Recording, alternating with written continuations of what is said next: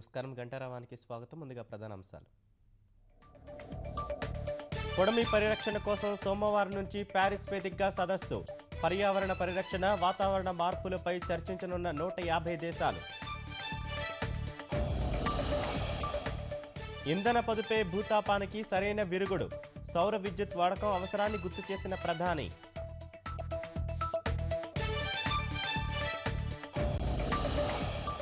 GST అమలుతో విప్లవాత్మక మార్పులు ఖాయం.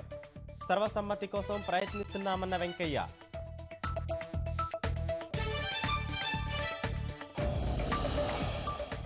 విజయవాడ మెట్రో రైలు ప్రాజెక్టుకు డిసెంబర్లో టెండర్లు ఖరారు.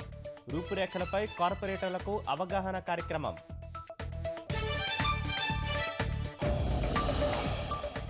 మరో 24 గంటల్లో అల్పపీడనం ఏర్పడే అవకాశం.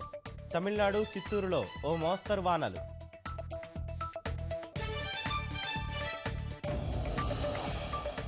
రాజమండ్రిలో కన్నుల పండుగగా కార్తీక దీపోత్సవం. సామూహిక దీపారాధనలో పెద్ద సంఖ్యలో పాల్గొన్న మహిళలు.